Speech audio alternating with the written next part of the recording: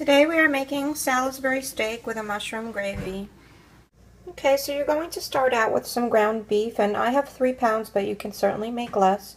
And if you were making 2 pounds, I would still use the same amount. Here I have half a cup of breadcrumbs, approximately, 1 egg,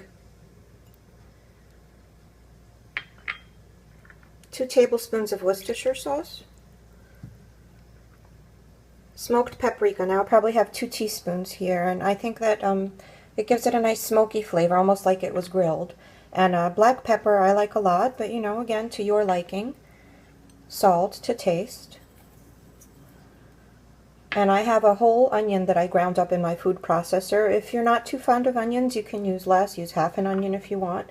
And I'm just going to mix this all by hand. Once you've mixed your meat mixture together, you're going to form some patties, and you can make them as big or small as you like. I got 7 out of the 3 pounds of meat that I had. And you just use your hands, and then I like to flatten them with a cutting board, a second cutting board. I just place it over the top, and I press down, and then I remove it. And then I use a spatula to lift up the patties when I fry them. So I'm just going to warm up a skillet, and if you have a cast iron skillet, this would be a good time to break it out. I'm going to make it nice and hot, and I'm going to sear them on both sides. Don't like to talk over the sizzling, but I will show you how they look. I won't be doing much talking probably. Just want to coat the bottom of your skillet with a little bit of oil and get it nice and hot, and then you're going to throw your patties in. Now I'm doing my patties in batches. I'd like to sear them, so I don't want to overcrowd my pan. So I'm going to do 4 and then 3. So you want to get this nice brown color on all of your patties on both sides. You don't have to cook the meat fully through because it's going to cook longer in the gravy.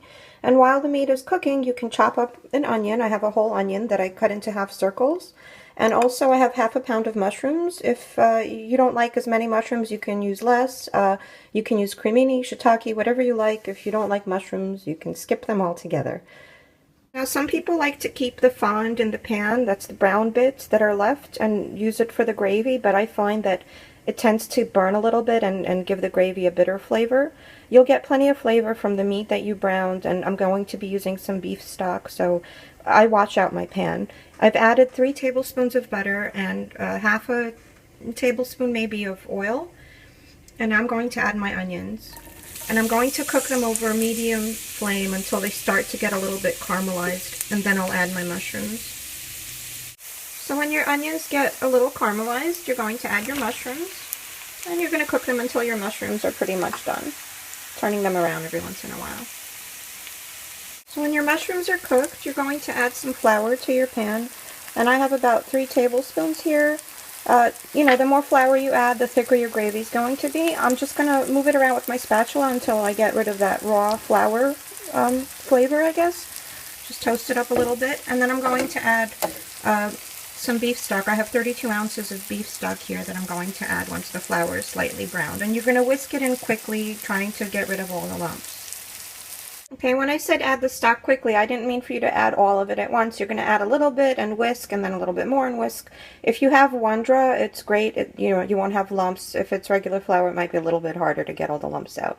I don't mind a little bit of lumps, but Wondra is a great product if you can get it. I added all of my beef stock, which was 32 ounces, and I'm going to add 2 more tablespoons of the Worcestershire sauce. And I will be adding some salt and pepper, but a little bit later, because this is going to reduce while I cook it, so the salt and pepper would intensify, so I'll add it later.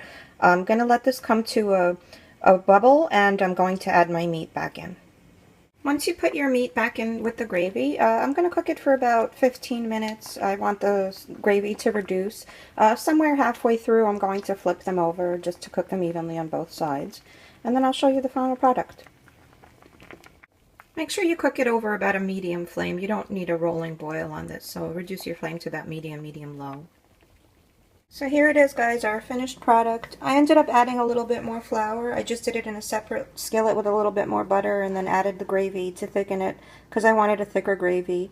But it's up to you. If you want a thicker gravy, then probably use about 5 tablespoons of flour. I hope you enjoy.